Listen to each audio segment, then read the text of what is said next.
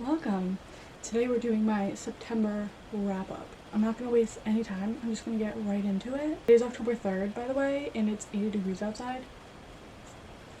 So, anyway, I'm going to get into it. I read 1, 2, 3, 4, 5, 6, 7, technically 8 books in September, which is pretty good for me. Okay, the first book I read in September is All In by Jennifer Lynn Barnes. This is the third book in the Natural series. This series just follows this group of teenagers who get recruited by the FBI to help them solve cold cases because they have these natural abilities to do these things. There are two that are profilers. One is like a human encyclopedia.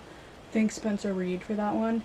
And then another one can read emotions very well. I think, is that all of them? No, and one's a human lie detector, basically. So it's like a YA Criminal Minds. I love this series so much. It's so good. I gave this one 4 stars, I'm pretty sure. Yeah, it's just so good. So good. I highly recommend this series if you haven't read it yet. Right after I finished All In, I went right into Bad Blood, which is the final book in this series. I just told you what the series is about. So this one is, again, another storyline that they're following, and each one of these books has a different crime that they're trying to solve, and this one wrapped up super nicely because there was kind of a plot or side plot throughout all of the books that wraps up in this one. Really loved it, really enjoyed it, and at the end of this one there's a little novella called 12, so I read that as well. But I gave this book 4.5 stars, and I gave the novella at the end 4 stars as well. And overall, this is just a 5-star series for me. It's so good. Again, I highly recommend that you read this series if you haven't yet. Then I went into Part of Your World by Abby Jimenez. This is my first Abby Jimenez book, and I've been really wanting to get into her books, and I'm really glad that I finally did. This book is about Alexis, who is a doctor at this hospital, and she's part of this legacy of doctors in her family at this specific hospital, and she's under a lot of pressure to continue that and, follow in her parents' footsteps. And then she meets Daniel, who is the complete opposite of her. He lives in this small town and he's just very different than her, and she realizes that his world is so much different than hers, but she loves his world and wants to be part of his world. And yeah, this book had me feeling a lot of emotions, and I had feelings toward characters, and I was getting angry at some of the things that would happen because her father was a asshole, and I was like, damn, I was getting mad. So yeah, I gave this book 4 stars, and I really loved it and enjoyed it, and I'm really excited to read more Abby Jimenez books. The next book was super fun for me because it was a series that I was continuing, and it's Reckless by Elsie Silver, the 4th book in the Chestnut Springs series, and the 5th and final book comes out this month, I think, and it comes out this month. This book follows Theo in Winter. Theo is Rhett's protege for bull riding or something, and Winter is Summer's sister, and Summer and Rhett are the characters in the first book, so it follows them, and throughout the series you see glimpses of Winter's character, and she's not the most likable character. She's definitely I don't know, but you see why she's done the things that she's done, and you get to really see into her head and why she is the way she is, and I really liked that because I feel like she's definitely been a misunderstood character throughout, and I just loved this book. I feel like it was super cute. There is an accidental pregnancy trope, but I really didn't mind it at all. I thought I was going to hate it, but I didn't mind it at all. I really liked this book. I gave this one 4 stars as well. Okay, then I went into Yours Truly by Abby Jimenez, which is the companion novel to Part of Your World. I had this book, and once I read Part of Your World, I was really excited to read this one because I've heard great things about this one as well. This one follows Brianna, who is Alexis's best friend, and she works at the hospital that Alexis works at. In the first book, Brianna is going through a divorce, and you don't really know any of the details of it, but in this book you get to get a glimpse into why she's going through a divorce and the things that she went through in her marriage. And then Jacob is a new doctor at the hospital, and right off the bat he kind of doesn't set a good impression of himself. A lot of people think he's weird and just they're not a fan of him. And then you find out that he suffers from very severe clinical anxiety. The representation of anxiety in this book was absolutely amazing. I underlined so many things because I was that's how I feel, and for an author to do that is just very talented. To be able to actually make characters or actually make readers relate to the character, I was damn, that's literally how I feel. Like, it's crazy. I like when authors do that because it almost like shows us that like you're not the only person that's going through this. Like, no matter what you're going through, there's somebody else going through probably the same thing, and you're not alone in your suffering and all of that, which I love. And I think that this book had like a great message behind it, and I really, really, really enjoyed it. It has some fake dating, which was fun. One thing that I didn't like about this one was that there was some miscommunication, but if you look past that, then it was great. I gave this 4 stars as well. I did like Part of Your World more than this one, but I did like the representation of anxiety in this one. Okay, the next book I read was a super anticipated read that I had just bought, and I was so looking forward to it, and I was so excited to read it, and everybody's been talking about it recently, and I was just so excited to read it. So, the book is Powerless by Lauren Roberts. I tabbed this quite a lot. I underlined a bunch of things. I adored this book. I devoured it. I don't even know. Let me give you a quick like synopsis of it.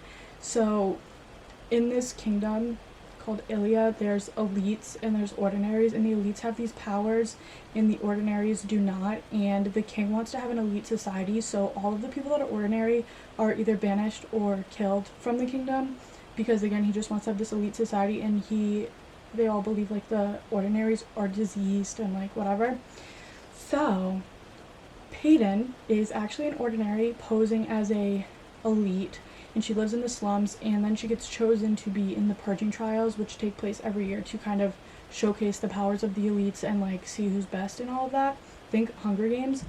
And Kai is the prince, but he's also the future enforcer, which is basically the person that carries out all of the king's orders of murder and killing and stuff like that. So I give this 5 stars. It was so good. The enemies to lovers was great. There was banter that was great. I just adored it. 5 stars to this book. And it was just so good. It's going to be a trilogy, and the second one comes out in March, I think. So I'm patiently waiting for that one. Then after that, I picked up the 7-Year Slip by Ashley Poston. I've been hearing a lot of things about it, and I really, really, really wanted to get to it, and I just decided it was the perfect time because I needed a palate cleanser from the fantasy, and because Powerless was just so good, I was like, I need another book that I think will be good as well. This book is hard to explain, but basically the gist of it is that this girl, Clementine, is living in her aunt's apartment who died a couple months ago, and her aunt used to always tell her that the apartment was magical and all this stuff, and Clementine never really believed it. But then one day she wakes up in the apartment and there's a guy in there, and she's like, what is going on? So there's 7 years in the past, and she realizes, wow, my aunt was being honest with me. This apartment really is magical. So it's cool. It was fun. I really enjoyed this. I give this 4.5 stars. I enjoyed this a lot more than I thought I would. It was so good. I don't even know what about it I loved. I just loved it. I didn't give it 5 stars because I was a little bit confused at times, but other than that, I absolutely adored it, and it was so good and so fun, and I highly recommend this one. Okay, and the last book that I have, I'm considering it for my September wrap-up. I finished it yesterday, which was October 2nd, but I read a majority of it in September. Like, I only read like 100 pages in October, so I'm just gonna count it as September, but that is One for My Enemy by Olivia Blake. Now, this book I didn't love at all. I have very mixed feelings on this book. When I started it, I kind of wasn't enjoying it when I started it because it's like written like a play. It's like a Romeo and Juliet retelling. It's a modern day fantasy, takes place in New York, and there's like 2 families of witches, and I just didn't like the beginning. I was confused. It's 3rd person, and the narration is like a little bit weird because it also like says things that seem like you're in the person's head, but like you're not because it's 3rd person. It was weird. I was super confused at a lot of times. Like, it just wasn't, a lot of things like didn't make sense. Like, there were a lot of plot holes, I feel like, and I was like, what is going on? Like, Olivia Blake's writing is great. It's beautiful, but like, this book just, I guess, wasn't for me, which is unfortunate because I was looking forward to it. I ended up giving this 3 stars. It may even be a 2.5 for me. I would still recommend it to people because there's plenty of people I'm sure would love this, but I was like forcing myself to read this book. I like didn't want to read this book. I just wanted it to end. I like didn't get connected to the characters. It just, I don't know why. I just didn't like it at all. And that's probably just a personal thing. I know so many people love it, but it was like weird. I was just confused, and there was just something about it that I wasn't liking. And I was just like, oh well, it's a beautiful cover anyway, but like it's kind of a bummer. I was just like, yeah, so that's kind of a disappointment, but that's okay. So yeah, it's like 2.5, 3 stars for me. But yeah, it was just weird. There were just some things that were like so unnecessary, I feel like, and I was just like, and yeah, a lot of things like weren't explained very well, which I can't really get into because that would be like it could be spoilers. But there were a lot of things that like happened that like weren't explained, and it was just like, well, how did that happen? Like, how was that? Like, it just didn't really make too much sense. Anyway, with that being said, those are the books that I read in September. I had a lot of amazing reads this month, and there weren't any other than One for My Enemy that I didn't like. So that's like a great reading month for me. I'm really happy that I had a great month, and I hope in October I also have a great month and have some spooky reads.